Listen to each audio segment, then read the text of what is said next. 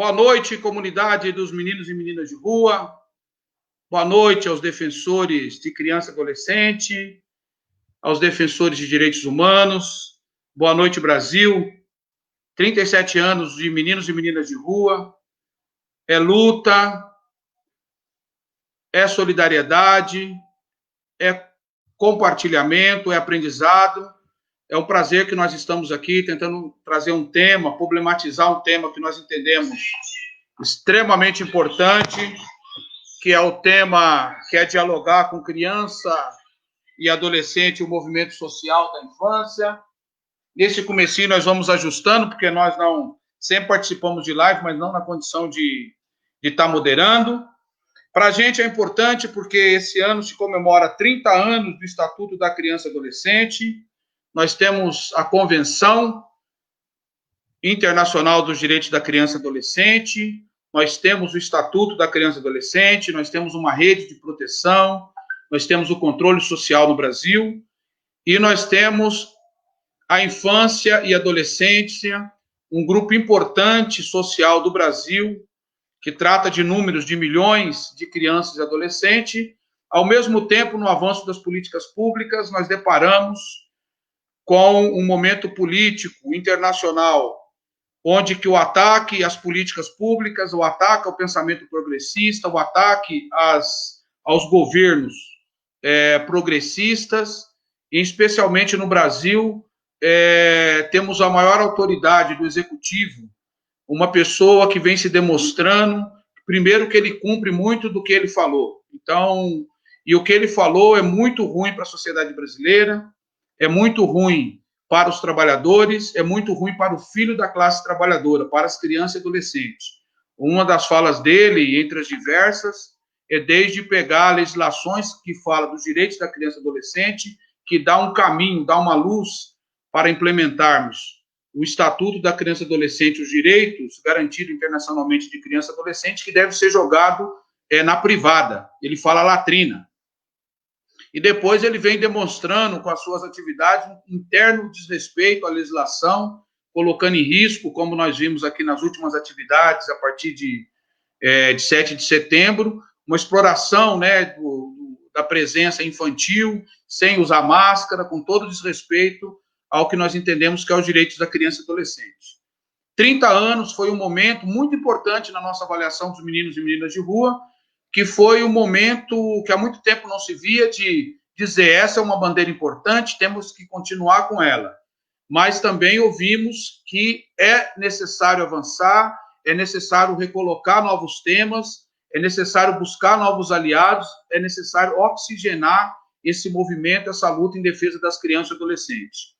No meio de tudo isso, os meninos e meninas de rua, com diversas atividades pelo Brasil, com diversas lives, sendo chamados para contar a história dos 30 anos, nós somos pegos aqui de surpresa pelo governo local de São Bernardo do Campo, o prefeito Orlando Morango, onde que ele coordena uma ação de despejo da nossa instituição, que está desde 1989, sendo referência na luta por democracia, na luta por justiça social, na luta pela Constituinte. Um artigo da Constituinte tem um DNA de São Bernardo, porque aqui foi um dos locais da coleta e mobilização pela assinatura do artigo 227 da Constituição.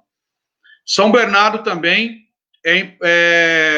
teve toda a mobilização das crianças e dos adolescentes, dando voz, mobilizando os meninos e meninas de rua e da periferia, para que pudessem estar construindo e buscando estratégias para regulamentar o artigo 227, que nós queríamos que esse artigo não fosse simplesmente mais uma lei federal, mas que ele pudesse sair do papel, e mais que sair do papel, pudesse chegar diretamente àqueles locais onde se encontrava a diversidade da infância brasileira. Mais que isso, nessa história dos meninos e meninas de rua, se vocês lembrarem, tivemos aí o atentado de Oklahoma, um atentado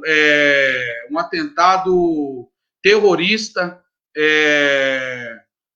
da ultradireita branca americana, que matou 168 crianças, 168 pessoas.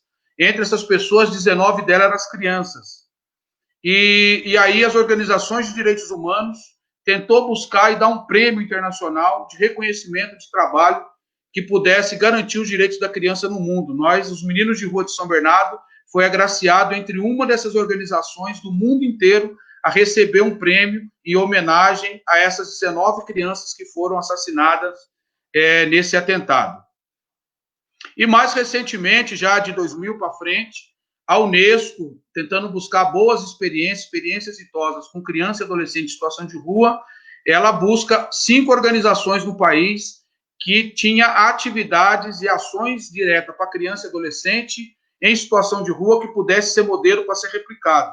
De novo, os meninos e meninas de rua de São Bernardo do Campo têm a honra de receber, estar entre as 5 organizações que a Unesco reconhece como boas práticas no atendimento, na atenção, na articulação em defesa de criança e adolescente. Então, é com isso, é com esse espírito de várias lutas, de nós estarmos nas esquinas da cidade, de nós estarmos debaixo de viaduto, de nós estarmos nos mocós, de nós estarmos nas portas da delegacia, de estarmos na fila de visita ao ginásio do sistema penitenciário, de estar nas vielas, de receber mensagem dos meninos com tiro na barriga, receber a mensagem de famílias agradecendo pelo apoio que nós estamos dando, que os meninos e meninas de rua continuem em marcha, na importância de colocar a infância e adolescente num lugar importante do debate, da política, da democracia e da resistência brasileira. Mudando, e já indo direto para o nosso tema, nós estamos fazendo várias atividades para comemorar setembro, o ano de aniversário do projeto, porque no dia 3 de setembro, 6 adolescentes, em 1987, foram brutalmente assassinados. O menor tinha 12 anos, o maior 17 anos, foram assassinados a golpe de facas e tiro de revólveres. E pegaram muito do sangue dos meninos, fizeram cruz dentro do banheiro, porque eles, quando sentiram que iriam morrer, eles foram fugindo, acuando, e ficaram presos dentro do banheiro, na onde que era a sede dos meninos e meninas de rua. E ali foi brutalmente assassinados, com diversas facadas, pelos grupos de justiceiros que sempre atuaram aqui na região do ABC.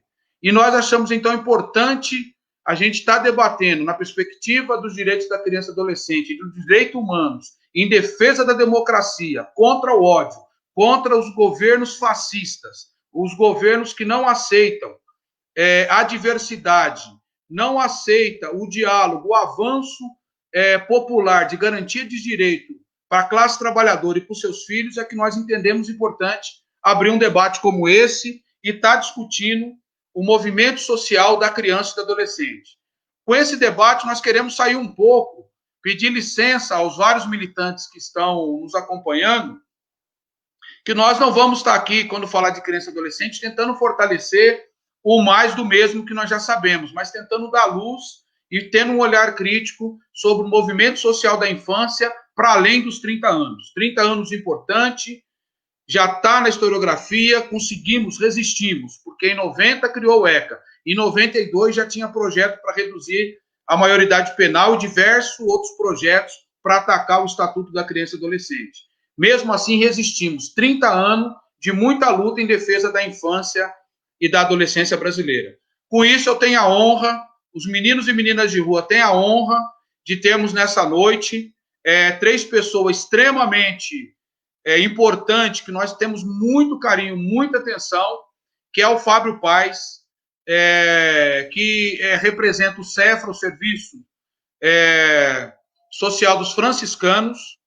Temos também a Márcia Gato, que representa a Rede Rio Criança, e o nosso querido amigo Djalma, que é um representante da ANSED, que vai, nesse momento, nesse período aqui da noite, nós podemos estar dialogando um pouco essa perspectiva do movimento social dos direitos da criança e adolescente. Então, para começar, eu gostaria que o Fábio pudesse dar o boa noite, se apresentar e já poder trazer as questões que julga importância nesse debate. Fábio, prazer, meu irmão.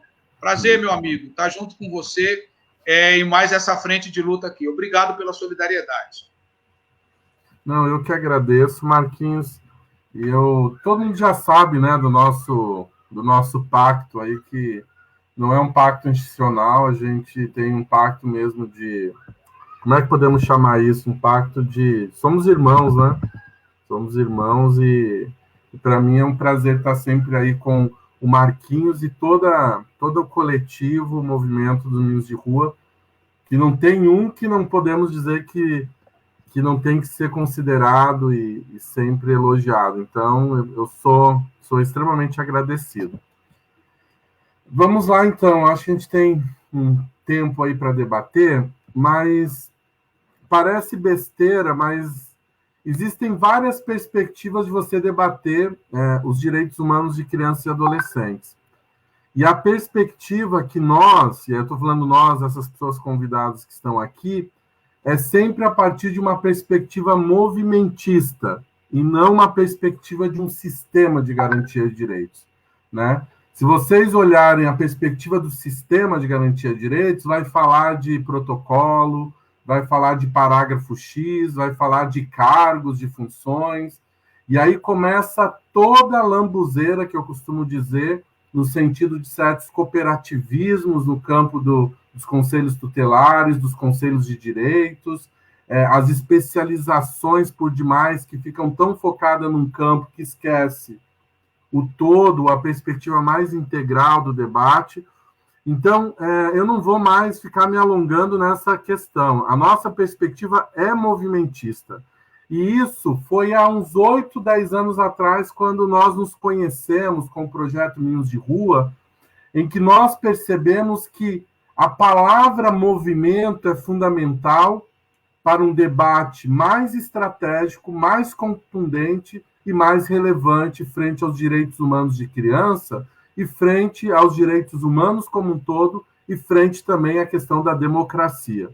Então, há 10 anos, não sei quando, né, Marquinhos? 10, 9, 8 anos, nós começamos a falar da perspectiva que era importante ocupar o lugar da infância num caráter movimentista. Era importante resgatar as origens de algumas organizações, entre elas o Movimento Meninos de Rua, que é o grande exemplo desse caráter movimentista, que é aquele que ocupa as periferias, que ocupa as ruas, mas não para fazer protesto meramente ou aglutinar pessoas. Organiza as ruas, organiza as periferias. É esse o caráter de movimento. O movimento não fala de pessoas, as pessoas falam delas. O movimento Meninos de Rua não é um movimento para meninos de rua, é um movimento de meninos de rua. O Marquinhos, que falou agora, é um menino de rua. Então, isso que é o mais importante, é superar a representatividade sistêmica, que muitas vezes a área da infância é cheia de gente que representa, mas que não tem a dimensão que é fundamental, que agora nós estamos resgatando, isso é um outro elemento fundamental, que é a perspectiva pé no chão. Pé no chão no sentido de ter um lugar de fala, de ter uma organização de fala, de ter dias e horas de organização de base de fala. Então, é nesse sentido, e muito mais do que organização de base, é um grupo organizado, auto-organizado de fala, que isso é o mais importante. Então, a perspectiva que eu quero trazer não é de um olhar, e aí superar a dimensão de um movimento que existe, não é um movimento, uma onda que existe de tutelar o debate da infância. Essa palavra tutelar ronda o campo jurídico, imaginário dos defensores de direitos. Nós temos que ir para o viés, ao invés de falar de tutela, nós temos que falar, sim, de luta. Nós temos que falar de uma defesa em que a criança, e aí já vem um primeiro debate, a criança não meramente como sujeito de direitos. Fábio, você está sendo contra o estatuto? Parabéns, já avançamos sujeito de direitos. Temos que perceber a criança não meramente como sujeito de direitos, mas o MST tem apontado isso também nas suas análises. Temos que tratar a criança como um ser revolucionário, como parte da luta, como parte de um projeto de enfrentamento. Não meramente como um lugar em que um dia ela vai se empoderar, mas ela já é parte. E aí eu já emendo uma outra reflexão, a importância de percebermos a criança dentro de um viés de luta em que mulheres têm que se organizar, porque nesse fator desses 30 anos do ECA, nós fomos concentrando tanto no campo da criança que nós esquecemos que a luta é de todos, como vai dizer o MST. Por isso, tem que organizar as mulheres, tem que organizar o papel dos homens nessa sociedade extremamente machista, mas eu queria acentuar a dimensão. É preciso que as mulheres se organizem, é preciso apoiar a organização de mulheres. Essa foi uma fala da Diana, lembra, Marquinhos? Numa roda que nós fizemos virtual. Não dá para debater direito de criança sem falar do direito da mulher, da questão de gênero, e eu já emendo uma fala do movimento negro, não tem como falar de direitos humanos de criança se não falarmos da questão racial. E aí, voltando lá, se nós pegarmos, né, desde o Florestan Fernandes, que vai falar, não dá para debater a questão de classe sem debater a questão racial. E aí, essa é a perspectiva movimentista. Não é a perspectiva sistêmica, que vai falar da criança como sujeito de direito, que ela pode ir para o CRAI, para o CRES, para não sei para onde, para o serviço de acolhimento, que a gente precisa pensar num sistema que proteja as crianças. Nós temos que pensar qual que é o projeto político de mundo, de país e de sociedade para as crianças, para suas mães, para a sua realidade, que é periférica, negra, né? Então, é dentro dessa perspectiva que nós temos que construir essa agenda movimentista pela agenda da infância. E aí, o que nós já temos identificados desta agenda movimentista que o Projeto Meninos de Rua faz, que os SEDECAS com o Djalma que aqui faz, a Márcia Gato faz no seu território, o pessoal do Reaja Não Morra, lá da Bahia, também faz, e tantos outros grupos que estão se organizando lá em Pombal, né, que nós já visitamos. A ideia é isso, é convocar para esse caráter movimentista, em que a criança é parte da luta e faz a luta. Uma vez eu recebi críticas de uma pessoa que era conselheiro nacional de direitos humanos, da criança lá em Brasília, dizendo que eu postei uma foto de uma criança embaixo da lona, na resistência ali do golpe da Dilma, né, do golpe que aconteceu, e eu falei assim, nossa, que bonito, né, a criança ali participando com a família, e aí disseram, criança não é para estar embaixo de barraco, é para estar na escola ou em casa dormindo. Esse é um viés extremamente, é uma visão extremamente tutelar, uma visão extremamente sistêmica por ser sistêmica, e não tem a visão de que aquela criança está se fazendo como um ser, e ali ela está se colocando num lugar de luta, que não é diferente da luta do seu pai e da sua mãe. Ela está numa condição de luta. Ou ela luta ou ela morre. Ou ela luta ou ela não sobrevive. Hoje, as crianças e adolescentes negros, se não se organizam com suas famílias, eles morrem na primeira esquina porque são negros, porque usam capuz. Então, organizar-se não é um critério de coisa de gente comunista e socialista. No caráter movimentista da infância, a gente tem que resgatar esse apelo. Organizar-se é preciso. E organizar-se não é simplesmente criar protocolo, fazer convênio com o Estado, significa organizar a rotina e a luta diária, né? Hoje vamos falar isso de sobrevivência. Uma outra coisa importante nessa perspectiva movimentista, nesta visão movimentista, é que nós temos que unir com outras lutas. Como que eu vou falar de direitos humanos de criança se eu não me uno com as mulheres que estão organizadas em marcha, em luta? Por isso, todos os movimentos, Margaridas, as Mães de Maio, as mulheres vítimas, mães vítimas da violência do Estado, tudo que é coletivos e organizações de mulheres tem que fazer pacto conosco numa agenda afirmativa, assim como os movimentos negros, assim como os movimentos de periferia, assim como todo e qualquer movimento que está também colocando a sua agenda para não morrer.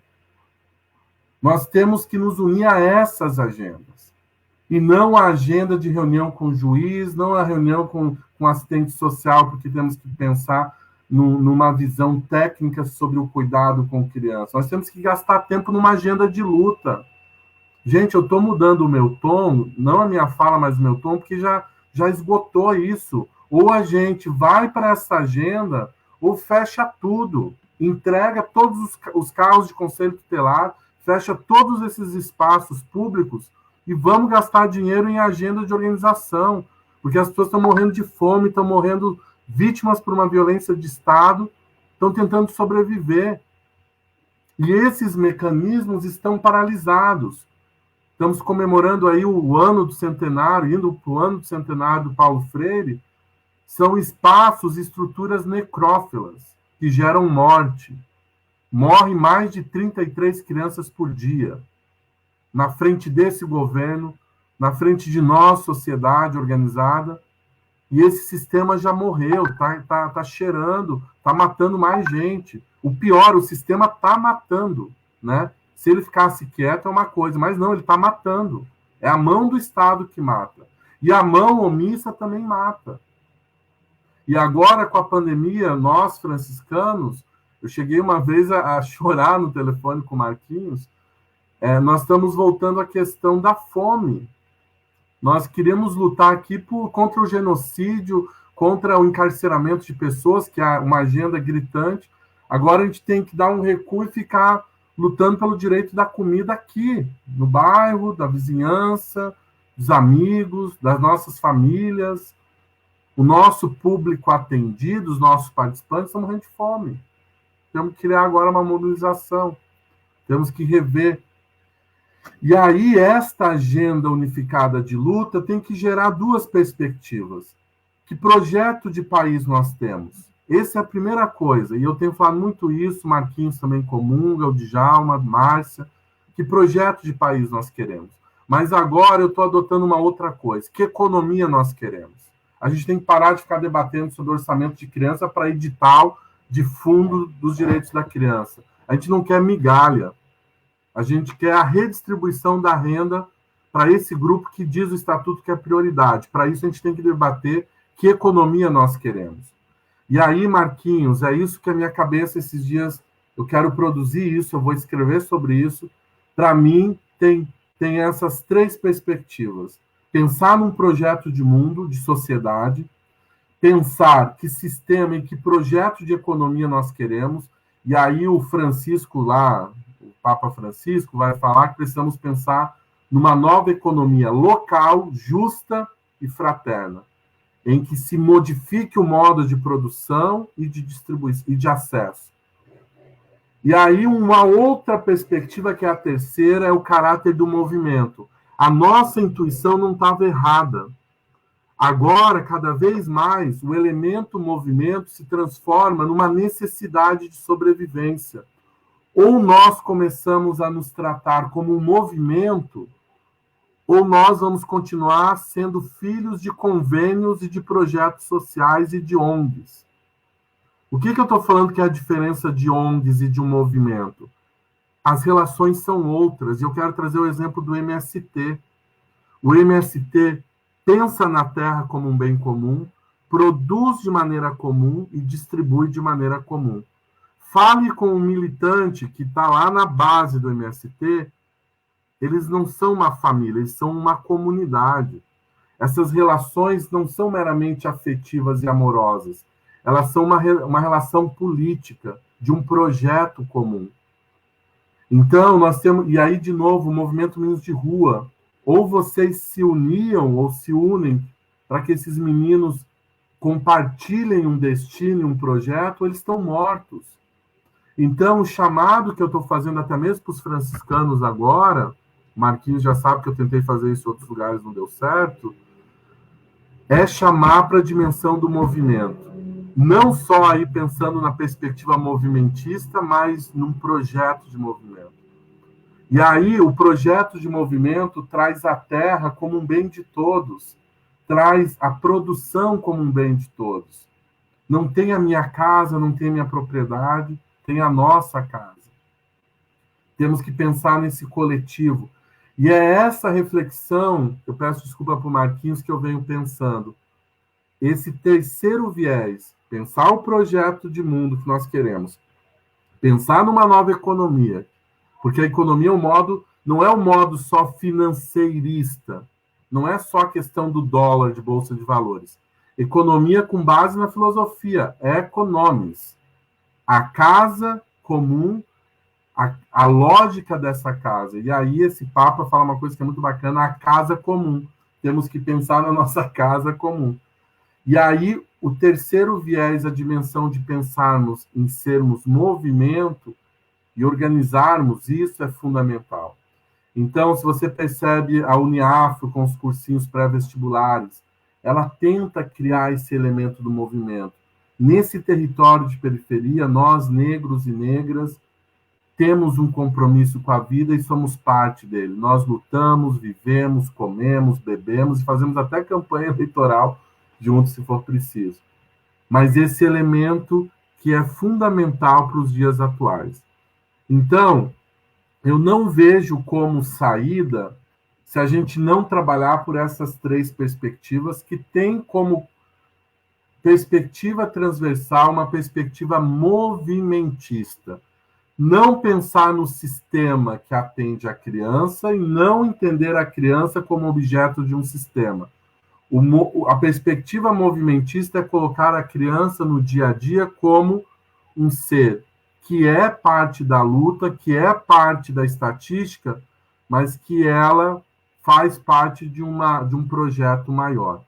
E aí eu vou finalizando, eu não sei quanto tempo eu tenho, mas eu já estou finalizando, é que um outro elemento que esses dias o próprio movimento de rua trouxe, o Meninos de Rua trouxe, é que nós, enquanto, aí sim, uma perspectiva movimentista, pensando num projeto de país, pensando numa nova economia, pensando em ser movimento, nós temos que nós temos que narrar as nossas histórias. Nós temos que ocupar o lugar da narrativa da história. Por isso, nós temos que produzir mais conhecimento. Não que a gente não produza. A gente tem que sistematizar, organizar as nossas produções. Ontem eu participei de uma live e o pessoal ficou meio chocado. Eles queriam falar sobre segurança alimentar, soberania alimentar. E eu vou falar aqui. Começaram a citar uma organização, né, Instituto Alana e tal. Aí eu falei assim, olha, gente, eu não me fale de obesidade infantil pelo viés de uma pesquisa do Instituto Alana. Me fale de obesidade infantil a partir das famílias trabalhadoras das periferias. Só que aí a mulher falou assim, existe alguma produção sobre isso? Existe alguma pesquisa sobre isso? Então, nós temos que parar de ser cooptados por narrativas de organizações que falam por um viés e que engavetam essas informações. Nós temos que começar a produzir os nossos conhecimentos, as nossas sistematizações. E o Marquinhos falou uma coisa muito importante um dia, temos que produzir as nossas escolas. Que escolas nós queremos? Que meios de comunicação nós queremos? Para ficar parando de cedendo 5 minutos no final para falar uma coisa importante, revolucionária nesse sentido, e os outros a gente faz a manutenção do sistema. A gente tem que ser direto, a gente tem que falar aquilo que pensa e aquilo que nós produzimos com esse nosso olhar, que é diferente. Então, a gente tem que ocupar esse lugar da produção. E aí, um elemento que nós esquecemos no âmbito da infância, e aí com caráter de movimento a gente tem que estar atento, que nós abandonamos a agenda da educação das escolas. Com a pandemia agora, quem está debatendo se abre ou fecha as escolas são os especialistas. É o grupo de professores, é a agenda, a associação de professores. Não estão errados. Agora, eu não vejo nenhuma mãe, nenhuma mulher, nenhum pai debatendo sobre abre, fecha, o que nós estamos vivendo com essa pandemia. Precisamos de espaços seguros, que não tem a ver com a escola, mas precisamos. Então, você não vê o campo da escola ocupado e organizado pelas famílias. Então, a agenda da educação hoje é uma agenda da Disneylândia, como se nós fôssemos uma outra agenda. Isso aí é a agenda de defesa dos direitos humanos de criança. Não. A escola é um dos pilares do debate de uma visão movimentista da infância. Então, é essa a questão. E aí, finalizo dizendo para vocês que nesses anos nós temos adotado um conceito fundamental que a Márcia é mestra e doutora nisso, que é a questão da invisibilidade. A gente tem adotado o termo invisíveis. Invisíveis até quando? Para crianças com familiares encarcerados. Invisíveis até quando? Para as crianças sem terrinha que sofrem com as desocupações promovidas pela polícia. Invisíveis até quando? Para as crianças e adolescentes das periferias, negros que morrem, que são abusados, que são violentados pela mão do Estado Armado. Invisíveis até quando? Para as crianças que estão no serviço de acolhimento, todas elas pobres, e na sua maioria negras. E aí a Constituição vai dizer que não. A questão da renda, a questão econômica não tem que ser um parâmetro para uma criança ser destituída do poder familiar. Ela é destituída assim, a canetada acontece, não para filho de classe média. Então, a invisibilidade como um conceito para convocar a se repensar essa visão extremamente ufanista, bajuladora do Estatuto da Criança, e a visão movimentista não bajula o Estatuto. Ela percebe como uma ponte para algo maior.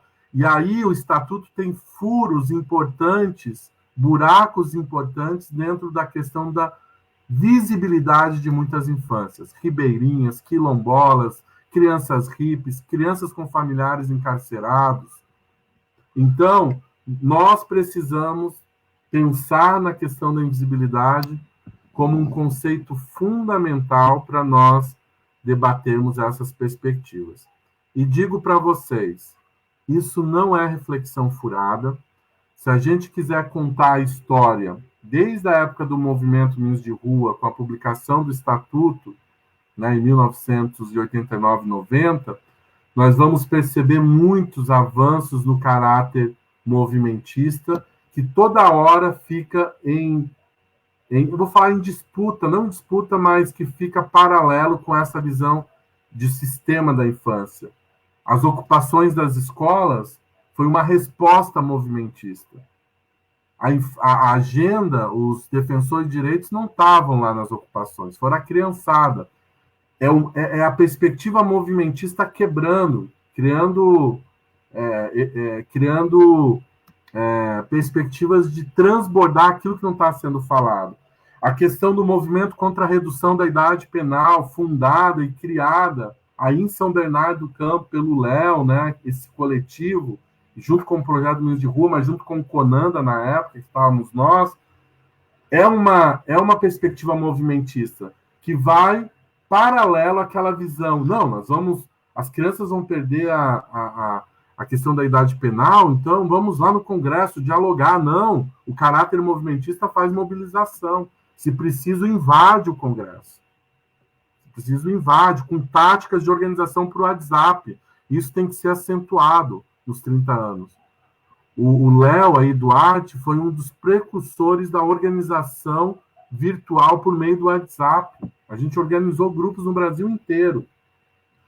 O encontro dos Sem Terrinha, que aconteceu em Brasília com 1.900 crianças, não foi o Conanda, não foi juiz que chamou, foi um movimento que se organizou. Então, tudo isso são perspectivas movimentistas, assim como a tarifa zero e etc. Gente, eu finalizo aqui. A palavra de ordem é perspectiva movimentista, é pensarmos num projeto mais estratégico enquanto país, enquanto economia, enquanto mundo, e a perspectiva também de trazermos a invisibilidade como uma perspectiva política afirmativa de unificar várias agendas que a gente pode chamar no campo das minorias, dos excluídos, ou como diz Galeano, dos fudidos e esfarrapados desse mundo, tá bom? É isso. Fábio, obrigado. Nossa, um baita debate, muitos pontos muito importantes. Eu acho que aqui nós já estamos com representações aqui que nós vimos de várias regiões do Brasil, né? E eu acho que o tema nosso é importante para quem está nos conselhos, quem está nos fóruns, organizando conferência, esse desafio apontado dessa ação, o que podemos fazer numa característica mais movimentista. Está na hora de dar uma sacudida nessas estruturas, muito bem pontuado aí pelo Fábio. E mais que isso, um tema importante, né, onde nós vamos discutir a perspectiva de economia, criança e adolescente, para além do orçamento OCA, né? Orçamento criança e adolescente, que é aquele lobby, que nós vimos que, historicamente, quais são os resultados, a dificuldade e estratégia, como discutir do ponto de vista de política, né? De uma estratégia maior que envolva criança, adolescente, as suas famílias, quando pensarmos em orçamento público. A história é essa, né? Toda a área onde estão vinculadas as políticas públicas para a criança, adolescente e as suas famílias, o maior levantamento que nós temos nos 30 anos de democracia é que nunca esses investimentos, que nunca os recursos humanos ou financeiros são suficientes. Nós estamos sempre andando com uma dificuldade, como se fosse, no sentido figurativo, aquelas pessoas que vai à frente, atrás dele um monte de criança com a panelinha pedindo esmola, pedindo moeda na porta de algum lugar. Eu acho que é bem interessante esse debate, é um tema para nós avançarmos. Pensar na perspectiva da criança e adolescente trazido por Fábio, nos coloca esse desafio de pensar para além do que está colocado. Acho que o que está, ninguém aqui, pelo que eu peguei, né, não é de desmontar nada, não é de dizer que isso está errado, que tem que acabar, mas o que podemos fazer além depois de 30 anos. Como eu falei, né, as avaliações de 30 anos do ECA trouxe elementos extremamente importantes, né, mas os desafios foram colocados de uma maneira, há muito tempo que eu não via, viu, Fábio? Muitas das pessoas que analisaram os 30 anos colocaram questões importantes, avaliando um olhar crítico de muitos desafios que têm que ser colocados. Entre eles, o tema da violência, né? A violência é um tema que, se nós vamos pegar historicamente, o avanço é pequeno. Outros temas ligados à criança e instituição, a institucionalização de crianças no Brasil, o avanço em 30 anos é pequeno. Então, nós tem desafios aí para ser colocado, e esse distanciamento no campo progressista, quando se fala de criança, sempre vai nos remeter à educação. E quando remete à educação, o debate quem faz geralmente é os especialistas, como o Fábio apontou, os professores, os doutores, ou os próprios professores. Nunca é ouvida a família ou é ouvida a criança e adolescente. Então, são desafios colocados para a gente pensar num movimento social da criança e adolescente que dialoga de maneira mais ampla com os movimentos sociais e na construção que foi apontada aí de um projeto político. Nós temos que recolocar um pacto forte, popular, ligado nas entranhas do movimento, nas entranhas daquelas pessoas que marcham por direitos, por democracia, por socialismo, colocar onde está seu filho nesse momento. Eu acho que esse é um grande desafio. E quando se trata de violência, eu já quero chamar a Marcinha para vir dialogar conosco.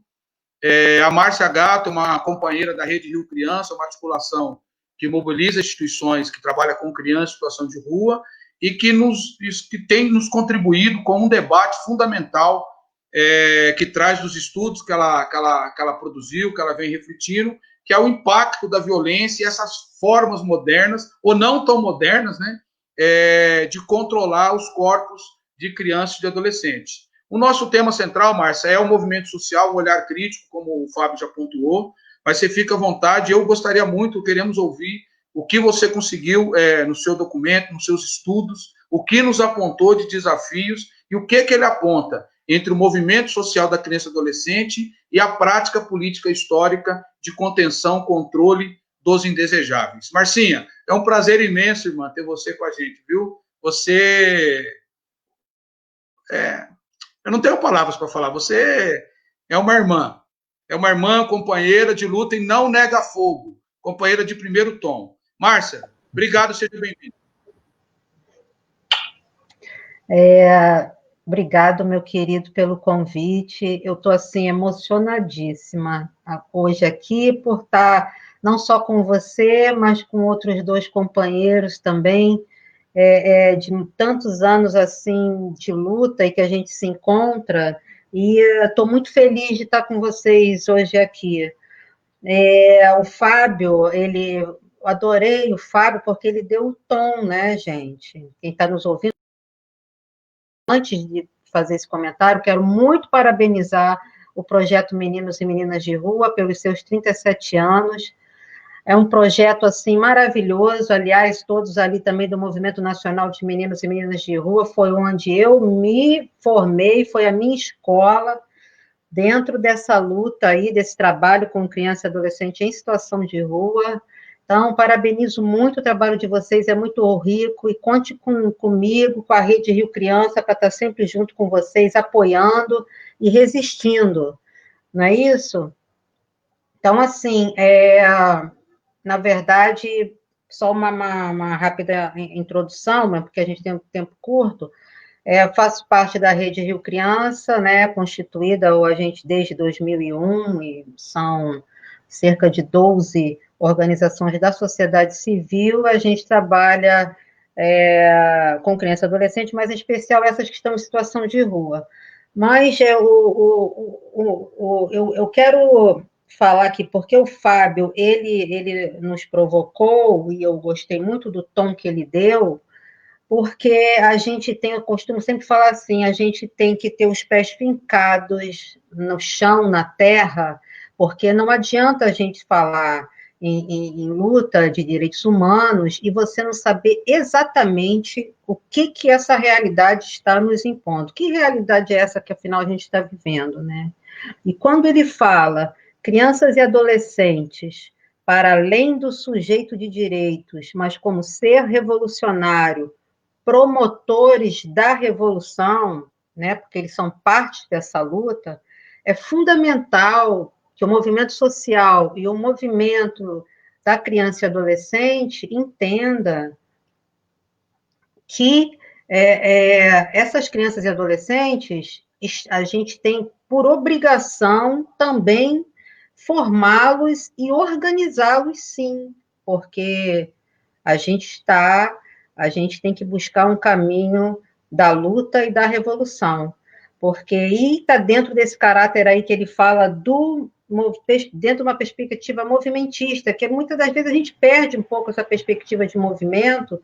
O movimento social ele está aí para isso, para resistir, mas especialmente para lutar. E eu acho que a gente está num período tão difícil, dentro de uma realidade tão dura, e a gente tem que radicalizar um pouco essa nossa luta. Então, em 2017, eu defendi essa tese de doutorado, chamada Os Indesejáveis. Falo das práticas abusivas e ideologia dominante no enfrentamento aos sujeitos indesejáveis. Foi muito difícil, primeiro, eu defender a tese naquele tempo, porque eu trago, de fato, questões que a gente tem que pensar, e tem muito a ver com que a gente depois da eleição de um governo de extrema-direita, atravessado por uma ideologia, assim, muito próxima ao que foi a ideologia nazifascista, e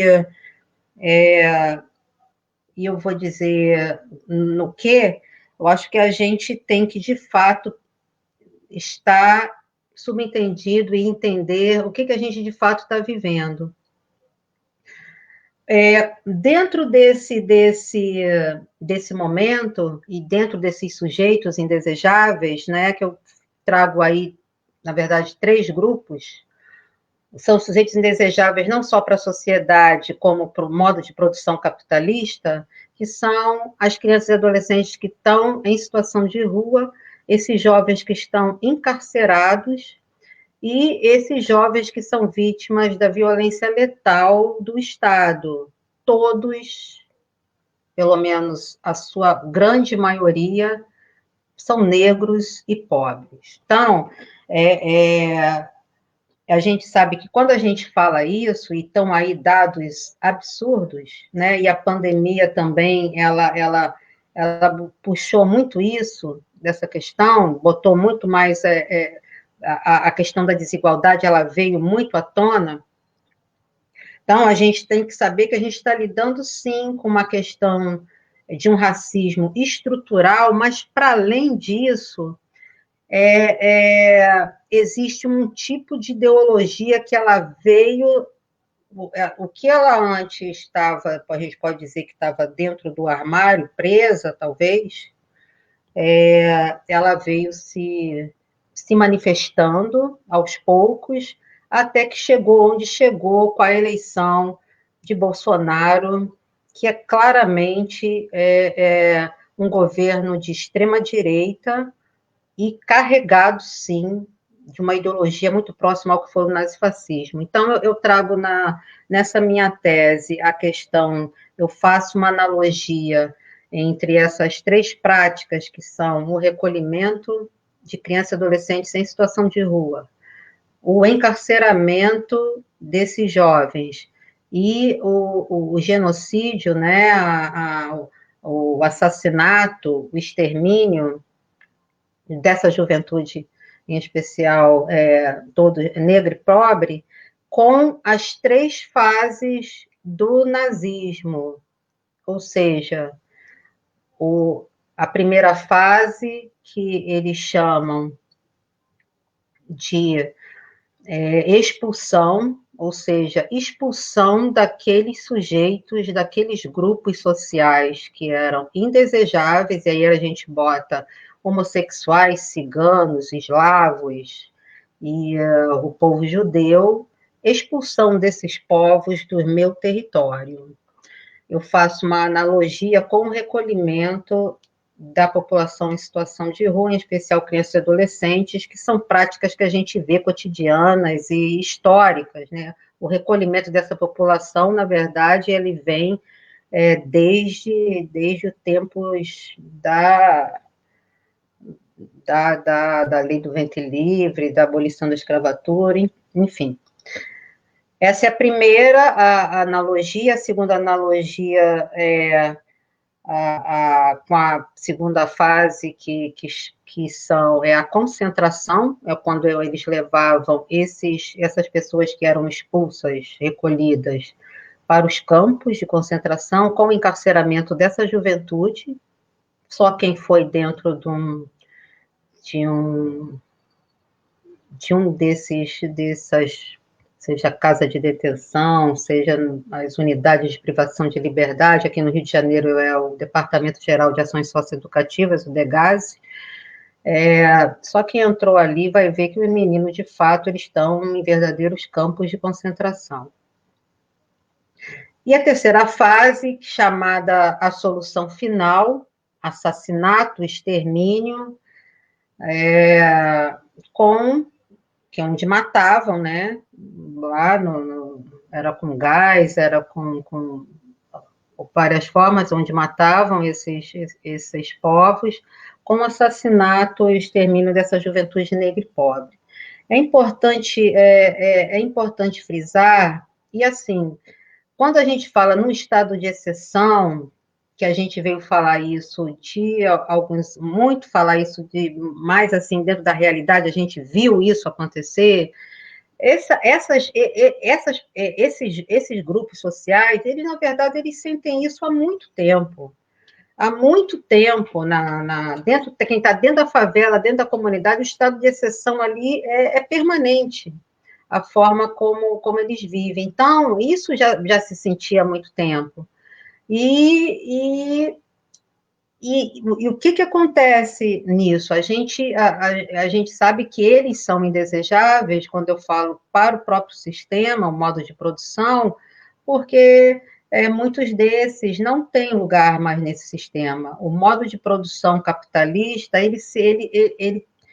para ele poder sobreviver, ele tem que sempre estar se desenvolvendo o tempo todo, e ele só consegue se desenvolver destruindo, e ele destrói não só vidas, seja humanas, seja a natureza em si, sejam florestas, como a gente tem visto aí, verdadeiros absurdos, como destrói também as próprias relações sociais, quando ele traz muito essa questão para o modo de produção. Ele não quer nada disso, de que as pessoas se organizem, que as pessoas querem, sim, que os corpos continuem dóceis, né, produzindo, e aqueles que não têm quanto vender, os trabalhadores que não têm como vender a sua força de trabalho, o exemplo de quem está em situação de rua, é desnecessário para o capital. Por isso que a gente não vê, por que não vê uma política pública que, de fato, responda às reais necessidades dessas pessoas?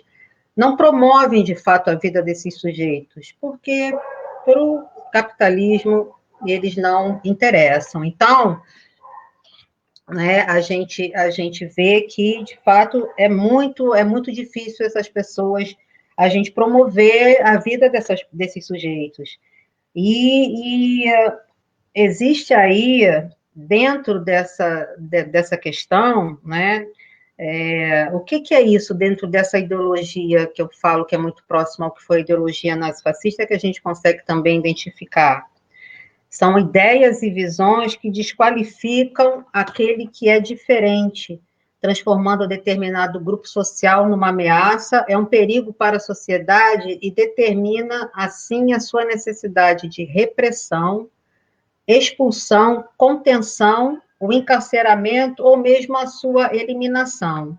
A gente e a questão do racismo estrutural e a live que vocês fizeram às 15 horas, ela foi muito rica, que trouxe muito a questão do racismo, um racismo estrutural, é muito forte que a gente vive, e durante muito tempo falar do racismo parecia que era um verdadeiro tabu, como se aqui não existisse racismo, só que ele sempre existiu e nunca existiu a chamada democracia racial. Ela nunca existiu. Florestan Fernandes, o grande Florestan, que sempre fala no mito, trouxe o mito da democracia racial, que ela sempre foi, isso foi um mito. Então, porque assim, sempre houve a questão do racismo, não é? E não foi não foi a questão do racismo e supremacia da raça, a questão, né, supremacia da raça, a gente vê, a gente tem visto muito isso, acho que tem sido muito próximo, que nos alerta a questão do momento que a gente vive e do quanto temos a necessidade de nos organizarmos. E quem é que a gente vai organizar? É claro que são essas crianças, esses adolescentes, essa juventude, essa potência da juventude, a gente tem que, cabe a nós, de fato, ao movimento social, à organização dessas crianças, desses adolescentes, dentro de uma perspectiva de luta de classe, e de busca de um mundo melhor, e não esse que a gente vive, por esse mundo que a gente vive, eu considero que ele se esgotou em si mesmo. O capitalismo, o modo de produção capitalista, a partir do momento que ele produz muito mais desigualdade do que riqueza, é uma riqueza concentrada nas mãos de apenas alguns, de determinados grupos, né? São famílias e são muito poucos, não tem, ele simplesmente ele falhou. Então, essa diferença social, essa desigualdade é tão grande, e dentro dessa pandemia é inacreditável. Eu sei também que, em termos de país, essa desigualdade aumentou muito, né? Esse governo é uma coisa tão absurda, porque aquela questão, a PEC 95 também é um exemplo disso, né, no qual houve um congelamento dos gastos sociais e uma redução também, né, desses gastos, e a gente vê o alto índice da pobreza, o quanto aumentou. Então, a gente viveu durante um período, foi, sem dúvida, isso não se pode negar, governo, sim, progressista, anterior ao desse que aí está, que ocupa a presidência, no qual a gente teve grandes melhorias para o povo brasileiro, sem dúvida, Vimos em todas as áreas isso, em especial a saída de muitas pessoas também da pobreza. Não vou entrar nesse mérito, porque consumiu mais isso e aquilo, mas eu durante um bom tempo, eu não via pessoas catando comida no lixo. E nós começamos a ver isso eu acho que de uns 3 anos para cá, 3 anos para cá, porque a crise econômica, ela começa, na verdade, ali, final de Dilma, Temer, houve um agravamento, e agora, então, não ficou pedra sobre pedra. Então, aí a gente pergunta que tipo de sociedade que a gente quer? O que a gente, na verdade, quer dar para essas crianças e adolescentes futuramente?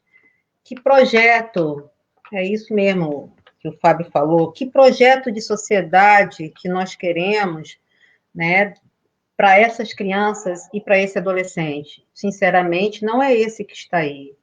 Eu me senti muito triste quando a minha sobrinha, que tem 18 anos, ela falou assim: Márcia, eu não vou ter filho.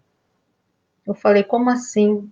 Como assim, Mariana? Não quero ter filho. Para quê? Para oferecer esse mundo aí que essa geração construiu, esse mundo aí no qual os mares estão todos cheios, cobertos de plástico, matando os animais, queimadas e, enfim, destruição da natureza. É muito triste você ouvir isso de alguém tão novo. Mas é isso que a gente está entregando para essa juventude. Então, como é que a gente vai mudar isso? Eu acho que é isso, que tipo de sociedade a gente deseja construir diante de tudo isso que está aí, porque é uma destruição em muito pouco tempo. E esses caras que estão aí, eles não estão preocupados. Não se enganem, eles não estão preocupados com o povo brasileiro. Eles estão ali com um papel muito claro de defender os interesses de grandes empresas internacionais, entregar nossas riquezas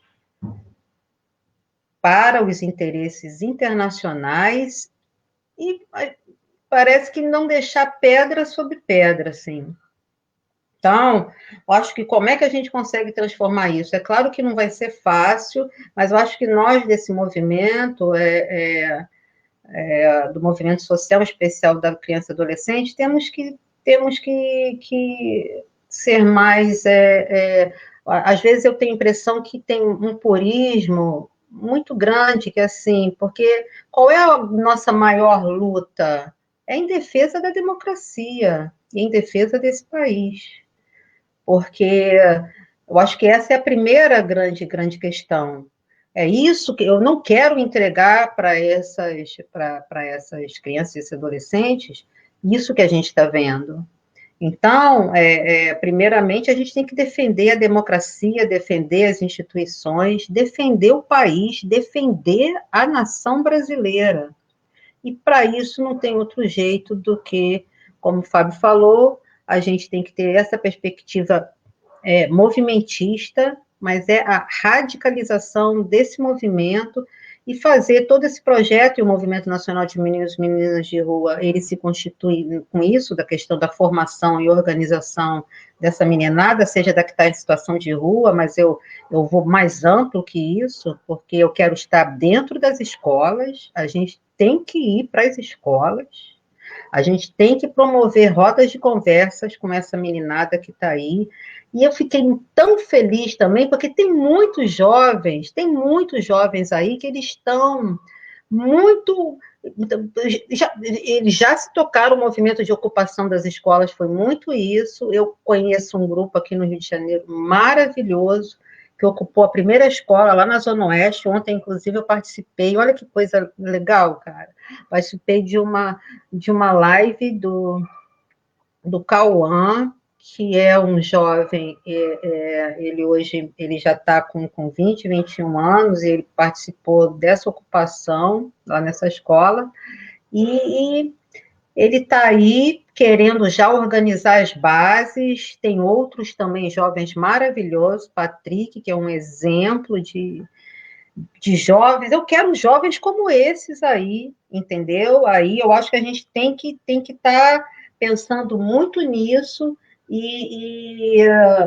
só que dentro desse sistema, e a gente tem que romper com esse sistema.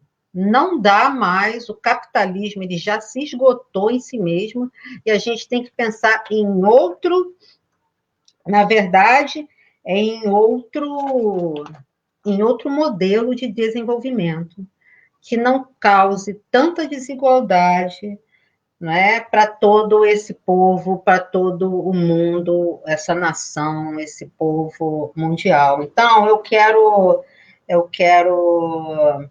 a sociedade mundial, ela tem que se conscientizar que devemos mudar esse modelo de desenvolvimento. Eu quero só trazer, eu vou finalizar com dois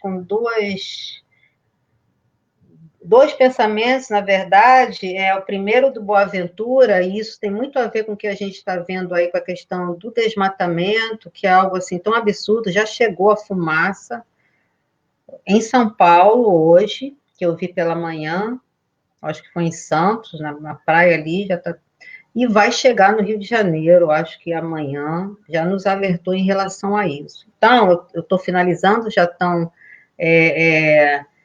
eu vou colocar minha tese aqui no link, pode deixar.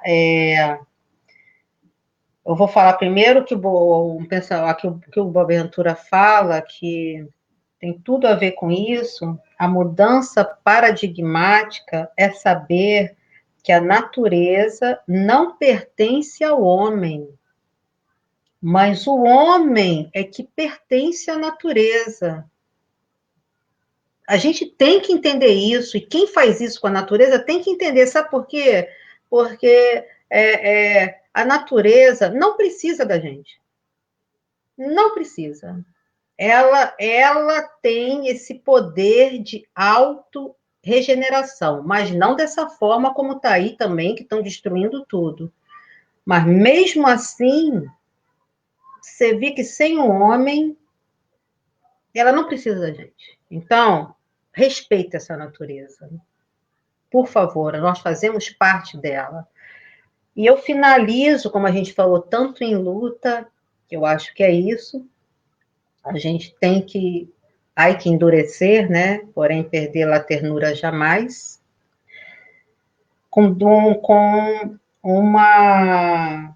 Pedro Casaldália, um querido que se foi, mas uma pessoa, um grande lutador, uma pessoa maravilhosa que tanto fez em defesa desses povos, né, em defesa de povos ribeirinhos, povos indígenas, enfim, desse povo que a gente está falando aqui. E ele fala: por um povo em luta vivo, com meu povo em marcha vou, tenho fé de guerrilheiro e amor de revolução.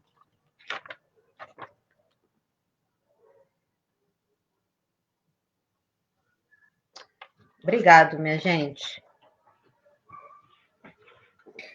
Márcia, nós que agradecemos, Márcia. Nossa, que ótima reflexão. Eu acho que nós estamos nesse olhar mesmo crítico, né? Eu acho que essa questão de uma sociedade para além do capital, de romper, de criar um movimento que vai no radical, né? Que vai na raiz. A gente fala do radicalismo. O radicalismo é ir na raiz, né? Não tratar o efeito, mas ir no raiz das questões estruturais que geram todas essas desigualdades, toda essa estrutura hierarquizada, né? Verticalizada, em classes, né? Em raça, que historicamente vem se constituindo a sociedade brasileira. Márcia, é impressionante aqui, viu? No comentário do pessoal geral. Todo mundo gostaria que você tivesse aí o link da sua tese.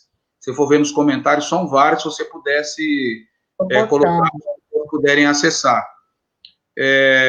A gente acho que tem que ter um momento, viu, o pessoal que está nos acompanhando, a gente tem um especial, toda vez que a Márcia fala, e eu já tive a oportunidade mais de uma vez, eu volto, viu, não sei se o Heber está acompanhando, Heber, eu gostaria muito da gente promover um debate uma hora, e o projeto vai propor isso, vamos organizar isso, de fazer uma discussão entre a tese da Márcia e os estudos sobre eugenismo que o Weber vem discutindo, o Estado conservador brasileiro. Acho que a gente tem um baita de um debate aí, para dar um pouco de luz, né, porque é verdade que o começo, né, de tudo o que nós construímos, né, de estruturas em defesa da criança e adolescente, surtiu resultado não só para a criança e adolescente, de uma maneira geral na sociedade, em função de uma sociedade tão desigual, só com o evento da democracia e com ações de governos progressistas, o impacto já foi sentido, né? Como a diminuição que nós vimos naquele momento das crianças em situação de rua, o acesso, né, da juventude acessando a universidade, né, o baixo índice, né, de desemprego no Brasil, etc. Mas, para pensar em criança e adolescente, realmente nós temos que pegar as nossas experiências, ter a humildade também, né? Porque o pessoal fala, o Brasil gigante latino-americano. A gente tem a humildade que nesses países co-irmão nosso tem um monte de experiências super interessantes de participação, de empoderamento, de protagonismo, e nós temos cada vez mais de nos conectarmos com essa rede latino-americana, porque todos, né, como a Márcia citou aí várias referências aí na fala final dela, a importância de nós nos olharmos como latino-americanos, né? Fundamental, como crianças latino-americanas, crianças e povos e marchas, né, por uma justiça. Márcia, muito obrigado. Vamos... Eu te agradeço. Sim, Márcia, lógico. Se você pudesse, Márcia, colocar lá no comments também, porque lá a sua tese já vai direto para todos que estão nos acompanhando, tá? Eu pus. Já colocou lá, não, tá. Botei aqui no privado, vou botar lá. Aí, ok. Então, eu aproveito para fazer esse link de nós pensarmos, continuar aprofundando esse desafios colocado pós 30 anos do Estatuto da Criança e Adolescente, para onde é os caminhos que nos coloca para superar essa triste realidade que a Márcia nos colocou, que historicamente vem pautando, principalmente nesse momento aí, mais recente, desse governo, que nós não podemos chamar nem de governo, porque já não é nós, é a nível internacional, uma ação de desgoverno, aliás, mas ele governa para alguém, né? Essa que é a questão. Essa que é a questão. Tudo isso que ele está fazendo, tem alguém que está se beneficiando de todo esse processo. E eu gostaria que nós pudéssemos continuar aprofundando o tema, trazendo o Djalma. Djalma é o nosso companheiro do SEDECA Interlagos, aqui de São Paulo, da Zona Sul de São Paulo.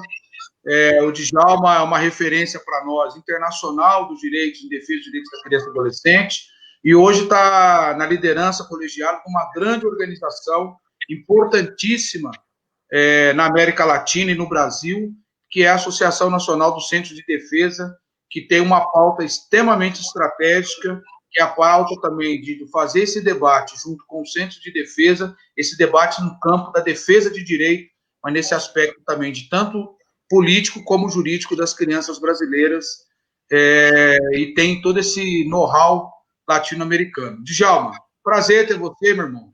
Prazer ter o SEDECA, prazer ter a ANSED, nesse momento nosso de diálogo. Muito obrigado por você aceitar nosso convite e estar aqui nessa noite conosco. Bem-vindo, Djalma. Obrigado, Marquinhos. Boa noite a todas e todos que estão neste momento de reflexão, de debate. Aliás, Marquinhos, é uma honra contribuir ou aprender também com a história do projeto de Meninos e Meninas de Rua de São Bernardo. Isso é muito bom. E para iniciar, eu gostaria de pedir licença, porque, inclusive, no que você já trouxe na introdução desse debate, é em memória daqueles e daquelas, dos meninos e das meninas, que no início dessa história em São Bernardo derramou seu sangue. E isso, inclusive, para a gente não esquecer que em cima do sangue daqueles que não têm voz e que não têm vez e que não tinha e que continuará não tendo, nasce tantos outros e resiste. O sangue de resistência é um sangue fértil, Marquinhos. E está aí o projeto de meninos e meninas de rua de São Bernardo com prova disso. E não é nem o Movimento Nacional de Meninos e Meninas de Rua, mas é o próprio projeto que, ao longo dos seus 37 anos de história, também teve que resistir, né? Também, junto com a meninada, teve que resistir. E é assim feito a história da criança e do adolescente neste país. É muito fácil derramar o sangue dos pretos, dos pobres, daqueles que não têm casa, que não têm comida, que não têm uma série de coisas, né? É muito fácil. É muito fácil subir o morro para poder desalojar aqueles que já não têm alojamento, né, Marquinhos? Mas eu imagino que, ao longo das 4 últimas décadas, alguns aprendizados nós tivemos, inclusive nas nossas estratégias de enfrentar um pouco um país colônia, mas um país que implementou algumas ferramentas de tortura que não são mais aquelas do tronco, ou não mais aquelas dos grilhões, ou dos ferros, dos porões da ditadura militar, mas a sombra de uma democracia branca e fascista, inclusive, oligárquica, implementaram outras ferramentas de tortura, né, deste povo. E qual é a estratégia de resistência que sempre, historicamente, nesse país foi assim com os índios que estavam aqui, o povo originário desta terra, quando os europeus invadiram e ocuparam isso aqui. Então, tiveram que aprender a lidar com aquilo que está às suas mãos, está à sua frente. Nós também tivemos que fazer isso. No que diz respeito à temática, os desafios do movimento social de infância, e aquilo que é a minha concepção, obviamente eu não tenho pretensão nenhuma de trazer nada acabado, mesmo porque nós mesmos somos terminativos, mas contribuir para ampliar o debate, inclusive no questionamento do debate, etc. Algumas lembranças, antes de entrar na nuance especificamente da criança e do adolescente, que foram muito importantes para nós chegarmos a este momento, onde nós estamos agora, nesta noite de 19 de setembro de 2020. Primeira coisa, olhando para a história do próprio movimento social brasileiro, e por que não, do próprio movimento social latino-americano, né? A escola, a nossa escola, a escola do militante, do defensor político, do defensor dos direitos humanos, teve que passar necessariamente pela organização do movimento social de maneira geral, né? E o movimento social não foi ausente, ele esteve presente em todos os momentos. Contudo, organizando e aprendendo a lidar com todas essas lutas que nós estamos dizendo aqui, a partir de uma perspectiva de uma agenda, também a partir da perspectiva de movimento, e de movimento que mexe, que evolui, que faz ondas, que sobe, que desce, e nós queremos entrar no conceito movimentista, muito bem lembrado pelo Fábio e pela Márcia. Mas eu quero lembrar que a dificuldade de todo o movimento social brasileiro, entendeu, de incluir a agenda da infância numa perspectiva de movimento e numa perspectiva de organização, também fez parte do nosso caminhar. Isso é muito recente, entendeu? Se vocês olharem um pouco a história dos anos 80 para cá, que nós vamos conseguir, através do movimento social, aos poucos introduzir um debate, introduzir sistematizações, introduzir leituras, introduzir perspectivas de mundo a partir da infância, a partir da adolescência que estão dentro deste movimento. Isso foi ruim? Talvez não, talvez faz parte da história da organização do movimento de adultos, né? O que eu questiono, e já questionei, inclusive, em vários espaços do movimento social brasileiro, por que negar, lá no início da organização do movimento, por que negar à infância um direito territorial que é dela, um direito de lugar de fala que é dela, um direito de sujeito político que é dela, um direito de sujeito histórico que é dela.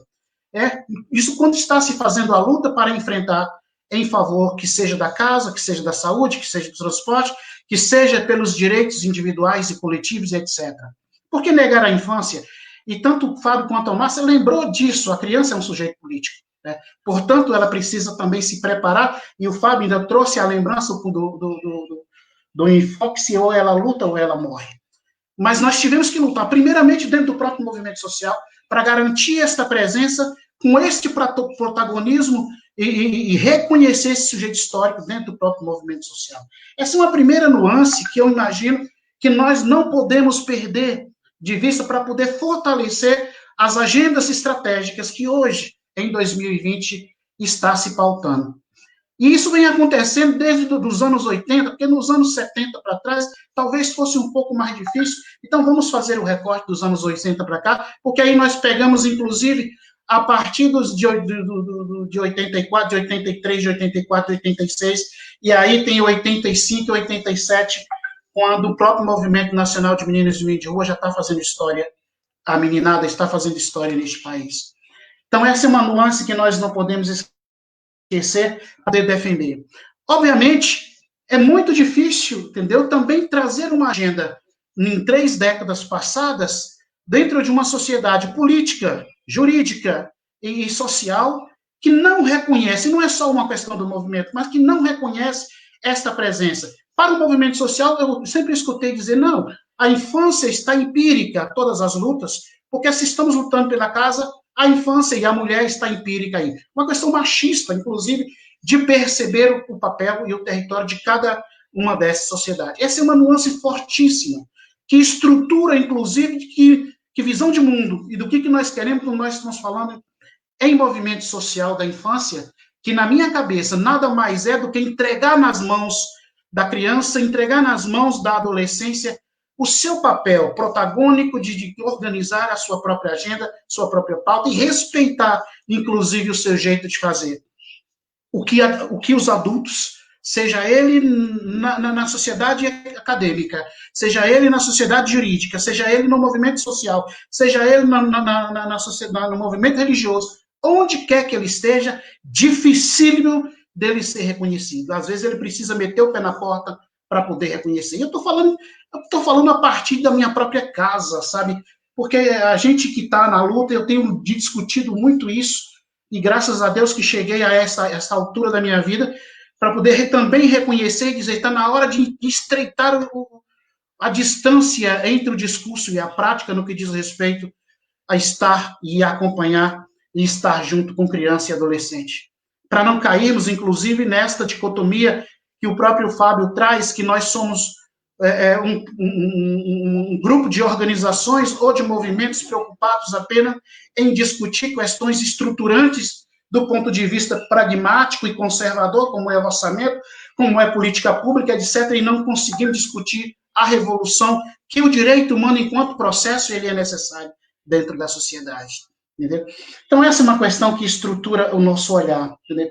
As lutas históricas dos movimentos sociais, como elas estão organizadas no próprio Brasil ao longo de todo esse período.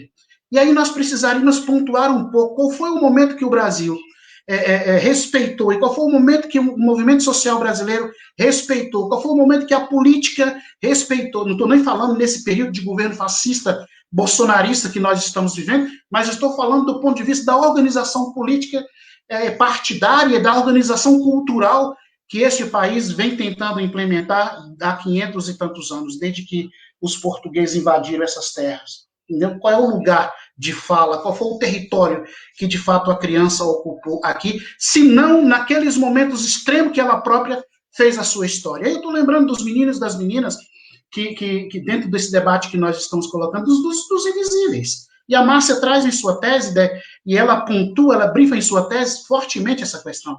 E os invisíveis, por que são invisíveis? Aí nós temos uma série de leitura que valeria a pena organizar as várias infâncias dentro do aspecto da invisibilidade, que faríamos uma revolução neste país, que a meninada faria uma revolução neste país. Quer ver uma coisa? Os filhos e filhas do genocídio, os filhos e filhas do feminicídio, faríamos uma revolução, entendeu? Nessa questão. Os filhos e filhas das comunidades periféricas, das favelas, dos negros, dos carcerados e etc. Os meninos e as meninas que estão dentro dos famigerados sistemas prisionais sobre o manto filosófico e poético chamado de sistema socioeducativo deste país como um todo. São diversas infâncias. Os filhos e filhas dos povos originários que, sobretudo nas aldeias que circundam as regiões metropolitanas ou urbanas, que são abusados, são explorados, são estuprados e são abusados sexualmente e economicamente, e que têm suas terras, inclusive o seu patrimônio, expoliado por conta da autorização de um Estado falido, sob o manto de um presidente incompetente do qual que a gente tem. Então, seria necessário a gente conversar todas essas nuances para a gente poder dar conta de dizer qual é o movimento da infância. Eu me lembro, e Márcia trouxe agora com toda a competência a lembrança do movimento de ocupação das escolas. Ah, que momento, né? Momento interessante aquele. E que eu acho que também perdemos o time ali, que também não soubemos fazer a leitura estratégica. E em algum momento, eu acho que os adultos tentaram tomar aquilo como se fosse uma organização de base sua. Eu não sei, eu tenho algumas leituras a respeito disso. Mas eu também quero trazer aqui a lembrança dos pequenos grupos organizados na periferia. E agora eu estou lembrando do Grajaú, aqui da região do Cocai, no extremo sul da cidade de São Paulo, que é onde estou fincado os meus pés, e é onde o Centro de Defesa de Interlagos está fincado. Estou lembrando do Bloco da Luna, do Circo Escola, onde o SEDEC Interlagos acompanha e administra, que tem um papel a partir da cultura musicada e etc., e compositada e etc., que a meninada está fazendo história.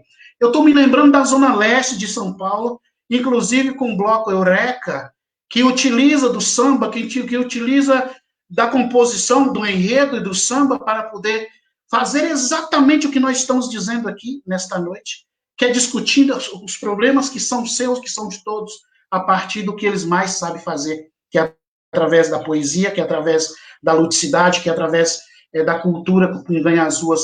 Estou lembrando do João Camará, na Baixada Santista, com todos os seus meninos, que também estão organizados, e o João, um dia desse, estava me dizendo como é que ele está vivendo nessa pandemia, e como é que ele e a meninada toda lá estão vivendo nessa pandemia, sem perder a perspectiva de grupo, de coletivo, entendeu? Que está lutando na Baixada Baixada Santista, inclusive para enfrentar diversas questões graves da proteção do direito humano, da proteção de uma série de questões que São Vicente tem nesse momento. Eu estou me lembrando de São Bernardo, do projeto Menino e Menina de Rua, o bloco também Eureka, do Menino e Menina de Rua em São Bernardo, que toma toda a avenida na porta desse prédio, que o famigerado prefeito de São Bernardo do Campo quer tirar das crianças e quer tirar dos adolescentes, depois de 37 anos de história, fazendo histórias, e graças ao movimento, graças ao projeto Menino e Menina de Rua, que a meninada nessa região teve um amparo, teve um ombro, teve onde se encontrar, teve onde se esconder, inclusive aqueles que foram chacinados, né, pelo um grupo de exterminadores que convivia, e quem conhece a década de 90 sabe como isso foi grave, né, na região do ABC paulista. Então, discutir o movimento é se nós, sobretudo, estamos preparados para entender que agora não cabe mais a nossa organização, e eu estou falando do meu lugar de adulto, do meu lugar que já caminhou, mas não cabe nós estarmos à frente dessas questões, porque são eles os protagonistas, eles são os sujeitos disso, e eles podem e devem e sabem fazer isso com muita competência. Eu estou lembrando também de um grupo de crianças que nós temos aqui nós temos aqui no Grajaú, e que está participando ativamente de um grupo de adolescentes e jovens que estão discutindo o direito à cidade, junto com a Universidade Federal do ABC, e junto com o Movimento Popular, junto com a Central de Movimentos Populares, junto com a Universidade Federal do ABC.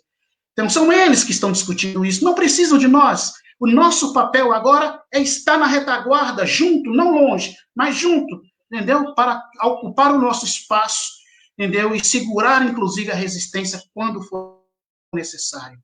Discutir um aspecto movimentista significa, ao meu ver, e eu acho que é urgente a agenda, entendeu? Mas não que ela deixou de existir, não que ela nunca existiu, tem que reconhecer o papel do movimento social, por mais precário, por mais, em algum momento, equivocado, tem que discutir o papel do movimento social, mas o movimentíssimo, ele estava presente. Mas se nós queremos discutir o movimento a partir da molecada, a partir da meninada, é preciso deixá-los caminhar. é preciso deixá-los colocar o pé no chão, é preciso deixá-los resistir, é preciso deixá-los enfrentar essa cidade que é deles, que esse papel que é dele. E eu estou lembrando, não só o Sem Terrinha, porque já é um grupo organizado dentro da perspectiva do Movimento Sem Terra, mas eu também estou lembrando de diversos outros grupos de crianças e adolescentes que estão no campo, e que estão organizados, inclusive, em torno da música, e que não estão no Movimento Sem Terra, estão em outras agremiações, inclusive.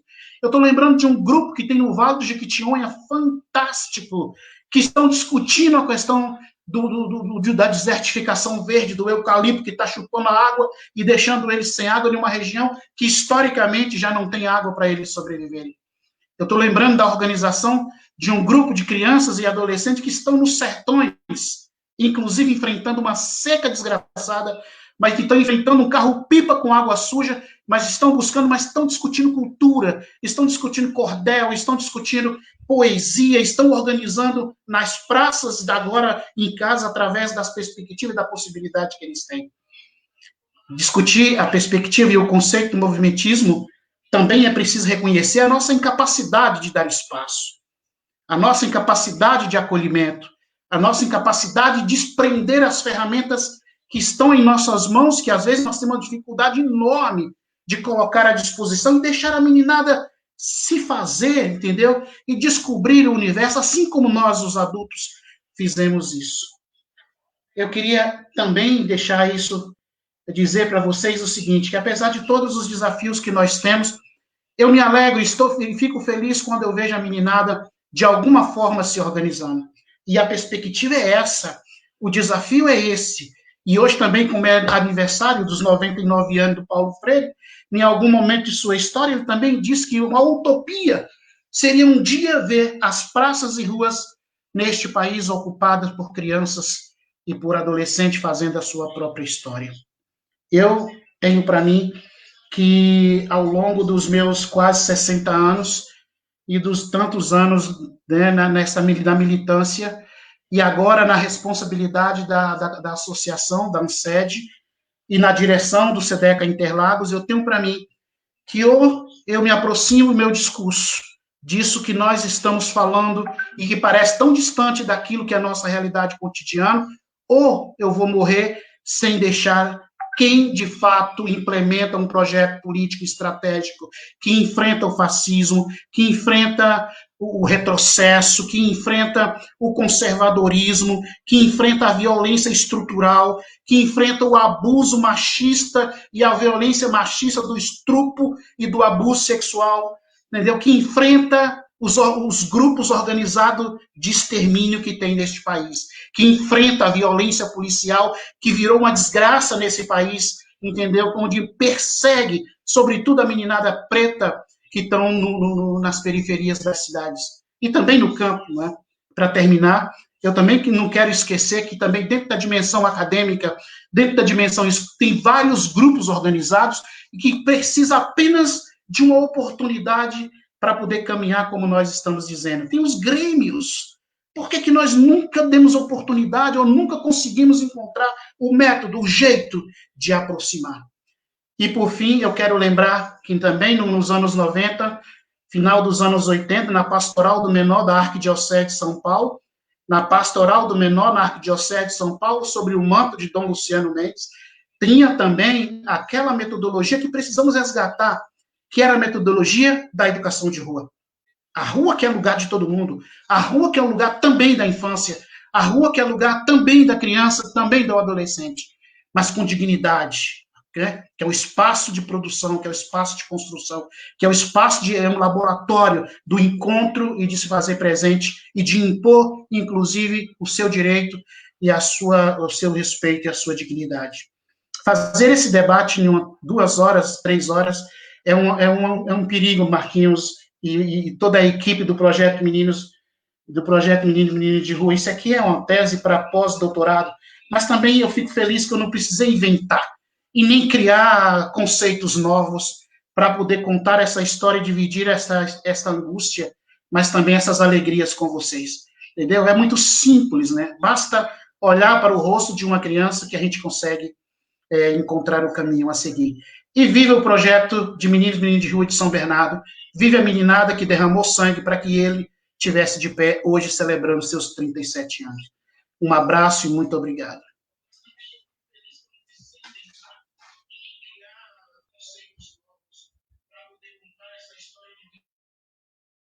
E Djalma, obrigado. Nós ficamos aqui, o grupo que está na rede agora, ficamos emocionados. Obrigado, meu irmão. Obrigado.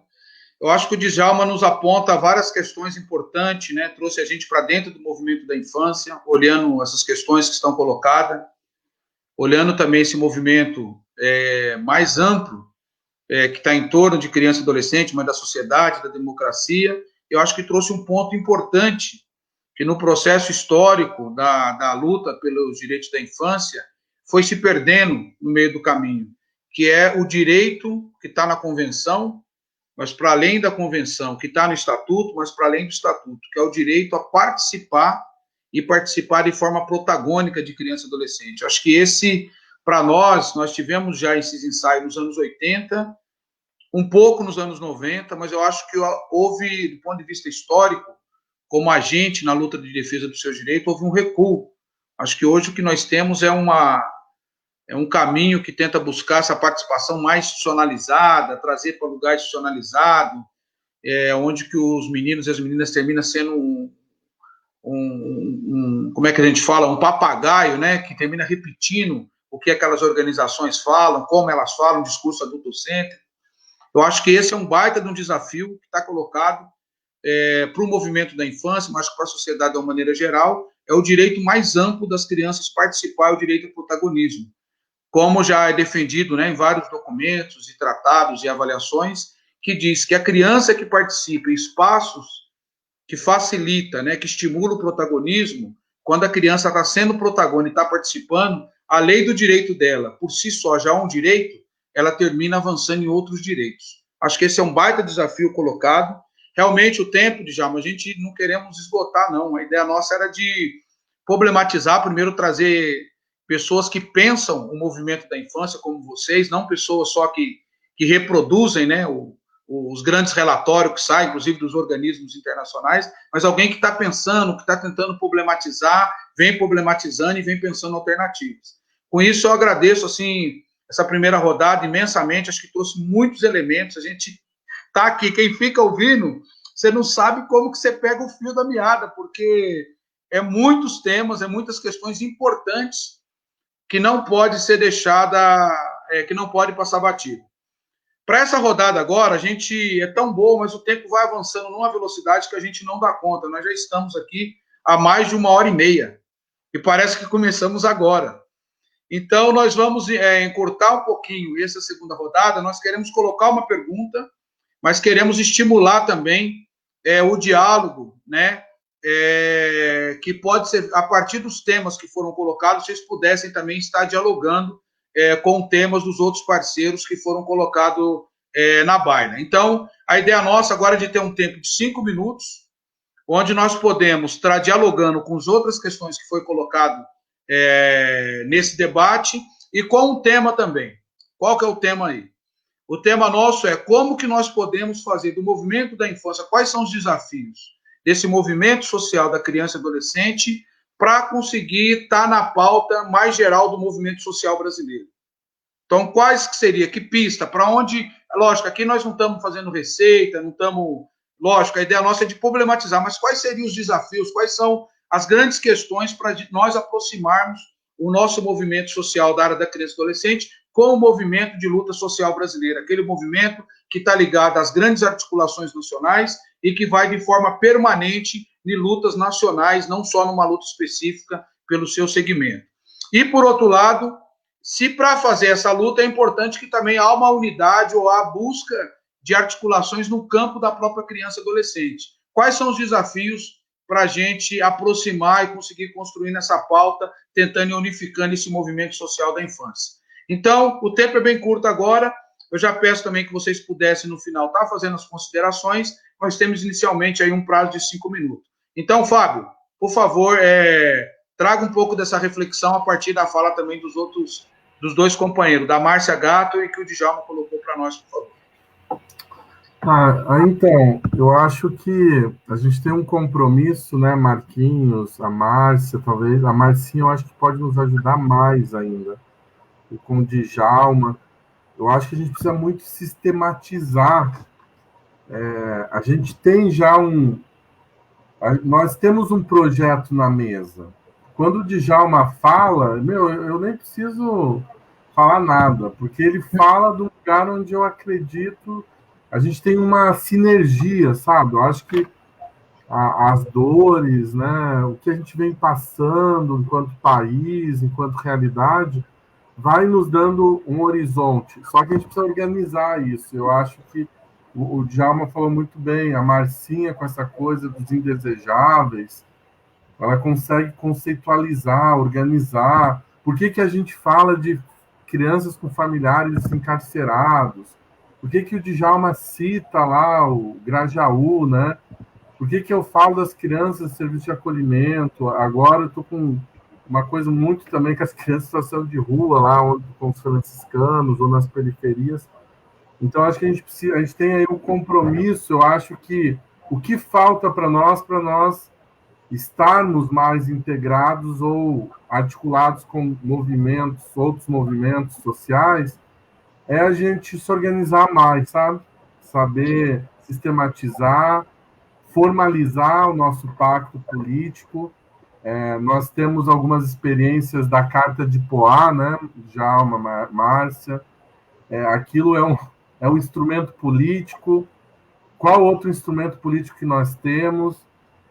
Então, eu acho que é isso. Mas o Djalma falou uma coisa que eu ando percebendo também, é que quando a gente valoriza a perspectiva movimentista, eu não estou falando dos grandes movimentos, né? E aí eu peço, eles sabem disso, do carinho que eu tenho pelo MST, por esses movimentos, mas eu não estou falando desse lugar. Hoje, numa reunião com um militante do MST, teve até um certo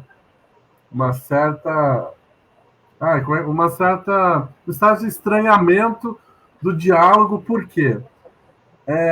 Eu estava propondo um debate dizendo o seguinte, que não dá para debater qualquer tema, mesmo a questão da agricultura familiar, dos agrotóxicos, da questão da alimentação na infância, se não for pelo viés de classe, se não for pela questão de classe. E aí a pessoa falou o seguinte, mas você está falando pelo quê? Pelo viés da representação ou pelo viés do conceito de classe, não sei o quê? E aí eu percebo, por exemplo, o próprio MST, ele tem uma experiência belíssima, mas são dos seus grupos. O seu grupo é muito bacana, é especializado. Fala sobre agroecologia, fala sobre o ativismo ambiental. Mas quando eu falo da questão de classe, eu estou pensando naquele público, desculpa a expressão, do povão mesmo, que está aí passando fome, que não sabe nem o conceito de soberania alimentar. E é esse grupo, são essas pessoas que eu acho que também os franciscanos trabalham, e que eu acho que vocês, o Djalma, o Projeto de Ruas trabalham, que a gente tem que pensar de como organizar. Não sei se está dando para entender a minha questão. Então, quando o Djalma fala que a gente tem que romper um pouco, vamos falar da experiência do Grajaú, são esses núcleos pequenos, mas que são extremamente potentes. Então, o nosso compromisso na agenda é falar com esses grupos, é falar com os chamados senso comum, com as famílias trabalhadoras que votaram no Bolsonaro e vão votar de novo. É com esse público que eu estou falando, não estou falando dos grupos organizados de militância e de ativismo. São essas infâncias, são esses coletivos. E aí eu percebo, Djalma, que isso também nos diferencia frente à agenda com alguns movimentos. Porque quando a gente fala disso, a gente está falando de um lugar que são os indesejáveis, que são os invisíveis, que são os que não são organizados, os que falam, mas são, esses são os pretinhas da periferia, de funkeiro, são desorganizados, esses caras não sabem o que fazer, né? Então, é desse lugar que eu acho que nós temos que ocupar o lugar da infância, e eu percebo essa nossa articulação popular. É ir para aquilo que o Marquinhos sempre fala para nós, o nosso lugar comum de luta está na questão da família, e das famílias trabalhadoras É esse que é o nosso núcleo de organização, é esse que é o nosso foco político. Então, eu agradeço o Djalma por ter trazido um pouco essa visão, que não é também... porque aí existe... você vai criando uma reflexão que vai ultrapassando também aquele lugar dos já organizados, daquela agenda já que existe uma agenda mínima, etc.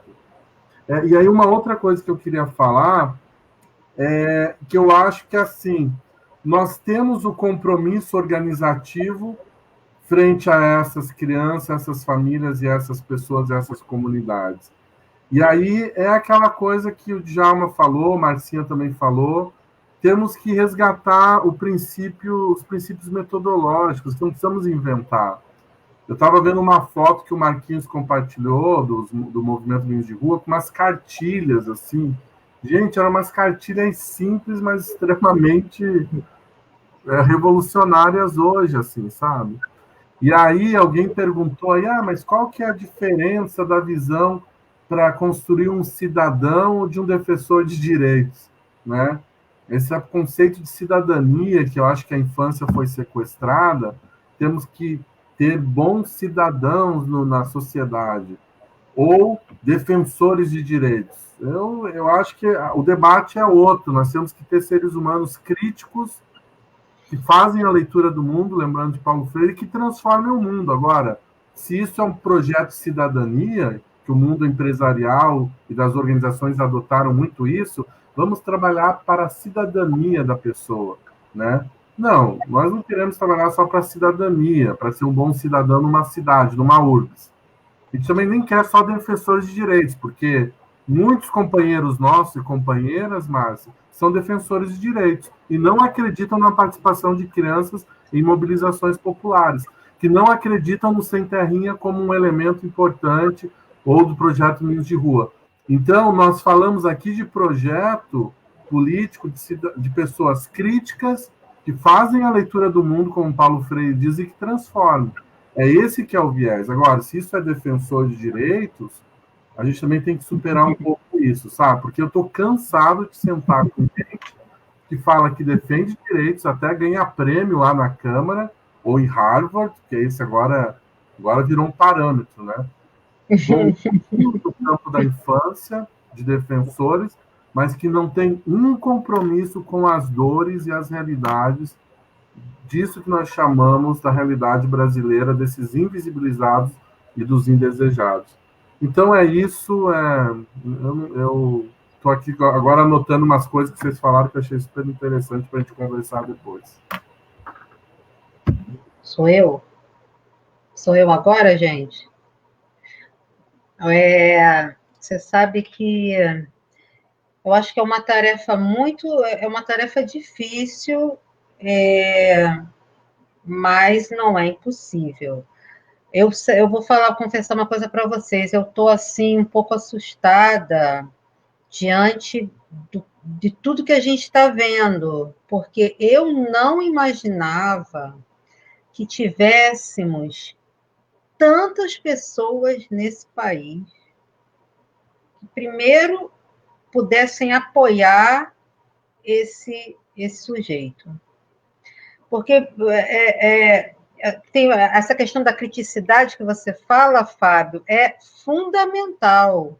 A pessoa tem que ter um pensamento crítico, mas é impressionante como isso a gente vê certas ações, certas atitudes de um grupo muito grande que simplesmente não tem essa questão do pensamento. Você lembra lá atrás, quando todo mundo falava, não sei o que da Globo, e que a manipulação da informação o tempo todo, me lembra muito do Brizola, que ele ficava muito falando sobre isso, e como é que, né, a coisa do gado, né, como gado, todo mundo vai apoiando, sem nenhuma criticidade. Meu Deus, parece que voltamos a esse tempo, e são verdadeiros absurdos. E assim, quando... Para você ver, eu acho que é uma tarefa, como eu falei, é difícil, mas não é impossível, mas a gente tem que saber, sabe, por isso que eu falei, é muito importante a gente saber com o que a gente está lidando. Quando eu vi aquele grupo do tal nem vou falar o nome que dá publiciza, mas que foi para Brasília vestidos aos moldes da Ku Klux Klan, aquele para mim foi assim, caramba, cara, eu queria estar errada, você entendeu? Diante da minha tese ali, da coisa que eu falo.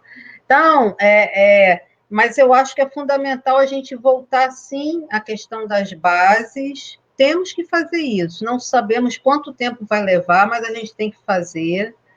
E a questão da que você traz, da sistematização, de tudo isso que a gente discute, tudo isso que a gente já fez, eu acho que a gente tem que trazer. E a questão ali que fala, a carta de Poá. Quando a gente fez, juntou esse grupo, temos que fazer isso. Você entendeu? A gente tem que voltar aquele grupo que se formou e a tudo aquilo que foi discutido, a gente tem que trazer de volta essa carta de Poá, que ela é riquíssima, e dali saem várias propostas que a gente tem que botar isso para frente. Vamos fazer isso, vamos botar e, sabe, é como informar esse exército. Eu me lembro, eu tenho falado muito, sabe o quê? Pode parecer absurdo, mas não, vamos só é claro, vocês me conhecem, mas assim, eu tenho às vezes até medo de falar, sabe por quê? Não sei se vocês sabem, eu pensei que na minha tese eu fosse ser reprovada, sabe? Porque eu tive que enfrentar a academia e falei, olha, eu vou falar isso. Se vocês quiserem na defesa, então me reprove. Não vou mudar. Aí, enfim, eu me lembro do Exército Vermelho, sabe? Da época do jovem Mao. O Mao, depois, ele perdeu a mão e cometeu aqueles absurdos. Mas o Mao que eu falo é Mao Tse Tung, tá, gente?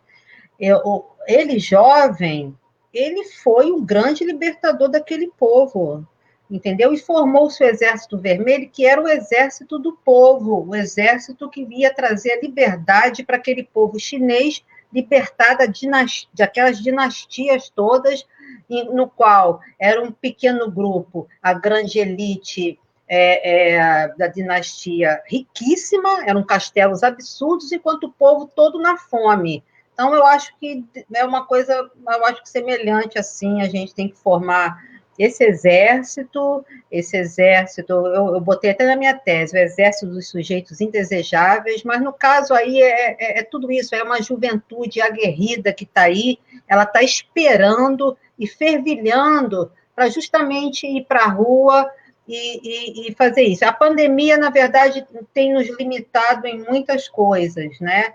Mas tenho fé que a gente vai... o camarada mal presente.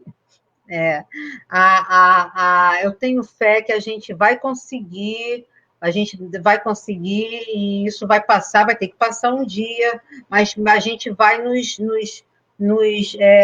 redescobrindo e nos reinventando, né? Enfim, entrar aí nessa mídia e vamos fazer outras formas, né? Se a gente não pode da forma que a gente conhecia antes, vamos nos reinventar e formar esse exército aí de libertadores do povo brasileiro. É isso.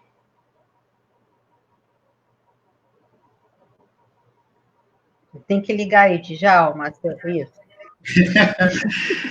Poxa, Marcinha, é isso, viu, mulher? Nossa Senhora. Se a gente fosse fazer os gostos do Fábio, a gente não saía de cima da mesa do caderno, só escrevendo, né, Fábio? Fábio adora, eu também adoro. É isso mesmo. E a carta de Poá é um exemplo disso, né? A gente sistematiza. Eu estou sistematizando algumas coisas, viu, Fábio? Bem tranquilo mesmo. É verdade. Não, o que eu tenho que fazer aqui agora é agradecer mesmo e sair, porque, veja bem, a reflexão que nós fizemos nesta noite, ela não inventa as nossas falas em si mesmo, pelo contrário, elas complementam as nossas falas. O nosso pensamento, a nossa reflexão é exatamente isso, de um campo na questão do movimentismo, né? Nós temos que trazer a lembrança de quem construiu uma lógica e quem construiu um papel histórico nesse campo, e aquilo que Fábio traz e transversaliza, que é o movimento da infância, que nós temos desde o início da década de 90 chamado este movimento, e dentro de um conceito filosófico, de fato é um movimento, só que a gente nunca soube que movimento, que perfil, que estratégia ele se prestou, ele se realizou, porque todos nós nos juntamos, inclusive, dentro de uma perspectiva, e ali todo mundo estava, né? E de vez em quando até que a gente pergunta, bom, mas ainda é assim? Não, não é assim. E os adultos se fizeram o movimento, que inclusive o movimento dos meninos, das meninas de rua, que abraçaram o Congresso Nacional em 85, me traz essa memória, entendeu? Não fizeram e não protagonizaram a história nos últimos 30 anos de história que nós temos. Quer dizer, o que nós vivenciamos em termos de movimento, de infância, e que protagonizado como um direito de fala, como um direito de participação de criança e adolescente, foi um protagonismo induzido, entendeu? E aí sim, Fábio tem toda a razão quando ele traz a história do energismo, entendeu? Dentro de um planejamento pedagógico que não prima a participação, não prima o sujeito de direito, não prima o sujeito histórico, o sujeito cultural, e impõe uma pauta planejada, uma pauta pedagógica, e depois diz que a criança está participando, né? Então, esse foi um aprendizado que eu acho que faltou ao longo das 3 décadas, porque muitos de nós estávamos ocupados tentando construir ferramentas e mecanismos para enfrentar uma série de violências e violações que há 500 anos este país viveu e continua vivendo. E, utopicamente, a gente achou que em 30 anos a gente conseguiria resolver 500. A gente não conseguiu, entendeu? A história do movimento da infância, e agora ele está começando a se construir, de fato. E à luz do aprendizado dos meninos e meninas de rua. Nós estamos resgatando, inclusive, esses 30 anos do ECA, você viu muito para trazer a história de volta. Isso é fundamental. Mas tem alguma infância, alguma adolescência que nós também precisamos trazer para esta baila. Por exemplo, nós estamos falando do invisível, e a Márcia, você traz isso maravilhosamente, Márcia. Onde é que estão os adolescentes LGBTQ? Aonde causa uma urticária na sociedade como um todo? Aonde o próprio presidente que está aí nem gosta de ouvir expressar este nome LGBTQ, porque de tão machista, de tão asqueroso que ele termina sendo. Não, eu fico pensando nesta população também, que tem que estar aqui. E quando nós estivemos, por exemplo, não tem como não falar isso, a Sheila está nos acompanhando aí, ela está nos provocando, dizendo exatamente isso. Quando nós estivemos juntos no Conanda, por exemplo, em um espaço privilegiado do ponto de vista da discussão e da capacidade, da oportunidade de intervir em muitas das situações, entendeu? Poucas infâncias e poucas adolescências nós tivemos coragem de enfrentar naquela mesa do Conanda. Os LGBTQ foi um deles, entendeu? E não adianta alguém dizer para mim, olha, não enfrentamos. Não enfrentamos. Alguém se citava por uma questão que agora eu não posso me manifestar de maneira diferente. Então, se nós estamos trabalhando essa perspectiva do movimento de infância estratégico, entendeu? Histórico, e que construa uma política, que tem um enfrentamento político, eu acho que nós precisamos não voltar para a base, mas acho que estamos já num caminho bem interessante. A meninada que está no centro da cidade de São Paulo, a meninada que está no centro da cidade de Coimbra, a meninada que está nas comunidades do Rio de Janeiro, nos morros do Rio de Janeiro, em Belo Horizonte, e agora eu estou muito preocupado, inclusive, com a meninada que estão nos pequenos municípios, que estão enfrentando uma campanha política que não sabe para onde vai, e muito menos se os direitos deles são garantidos, e muito menos a perspectiva de organização, enquanto sujeito político desta comunidade. É muita coisa aqui. Então, Marquinhos já me puxou o meu tempo. Mas, olha, eu acho que é um diálogo que vai continuar, nós vamos nos encontrar depois para a gente continuar fazendo.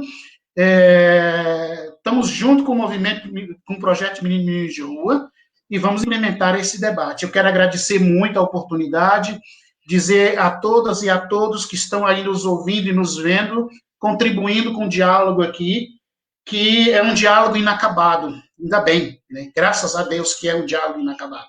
E vamos continuar falando. Muito obrigado, um abraço. Ô, Djalma, Oi. eu acho que como está sendo gravado, é importante a gente só pontuar uma coisa que eu acho que é histórica também. Essa coisa do Conanda, eu acho que a gente tem que colocar também uma situação que é o seguinte, eu acho que a perspectiva de debate nossa, entenda que eu vou falar, você e a Márcia, Djalma e Marquinhos, e o pessoal que está escutando. Eu acho que nós temos que ir para o outro front, sabe? É o outro front, é o da organização popular mesmo. Os filhos sabe? e filhas trabalhadores. Existe um sistema dentro desse conjunto que a gente chama de sistema de garantia de direitos e políticas públicas, que sequestra e que não viabiliza. Toda hora a gente está disputando 5% de uma agenda revolucionária.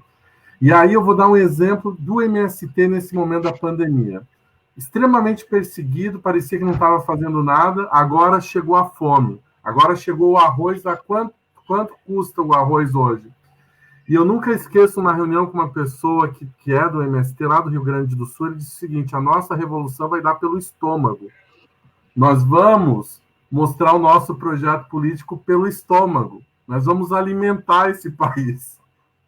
E é o que está acontecendo, sabe? É o MST, são grupos de agricultores, pequenos agricultores, eles estão alimentando periferias, estão alimentando esse país. E é isso que eu falei que é aquele terceiro viés. Eu acho que a gente tem que ir, Marcinha, para o campo do movimento, mas não só do movimento como uma perspectiva política, mas como uma forma de ser e de viver. Essa perspectiva comum, sabe? Como eu gostaria de viver no mesmo lugar que o Djalma, que o Marquinhos, que vocês, entendeu? Então, eu gostaria muito da gente ir para esse viés revolucionário. Eu estou vivendo na pandemia agora uma situação de cuidar dos meus filhos, eu tenho que trabalhar e não tem ninguém que cuide.